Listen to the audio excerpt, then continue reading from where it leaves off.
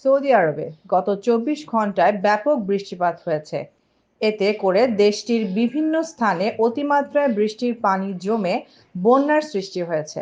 ক্ষয়ক্ষতির শিকার হয়েছেন সাধারণ জনগণ। বৃষ্টিতে সৃষ্ট বন্যার পানিতে অনেক জায়গায় সাধারণ মানুষের গাড়ি ডুবে গেছে, অনেক জায়গায় রাস্তাঘাট বন্ধ হয়ে গেছে এবং অবকাঠামো ক্ষতিগ্রস্ত হয়েছে। বৃষ্টিতে ক্ষতিগ্রস্ত সাধারণ মানুষকে সহায়তায় জরুরি সেবায় কর্মকর্তা ও কর্মচারীরা তাৎক্ষণিকভাবে কাজ শুরু করে দেন। মদিনা অঞ্চলের সিভিল ডিফেন্স অধিদপ্তর সাধারণ মানুষকে সতর্ক থাকার অনুরোধ করেছে। বৃষ্টির সময় উপত্যকা এবং জলধারাগুলো থেকে দূরে থাকার আহ্বান জানিয়েছেন তারা। এছাড়া কৃষিপণ্য পরিবহনের রাস্তা দিয়ে চলাচলের সময় বিশেষ সতর্কতা অবলম্বন করতে বলা হয়েছে। বৃষ্টিতে ভিজেছে পবিত্র নগরী মদিনার মসজিদে নববী। সামাজিক যোগাযোগ মাধ্যমে প্রকাশিত বিভিন্ন ভিডিওতে দেখা গেছে মসজিদে নববীতে বৃষ্টিতে ভিজে আনন্দ করছে শিশুরা। বৃষ্টির পরিমাণ এতই বেশি ছিল যে মসজিদটি যে ছাউনির আছে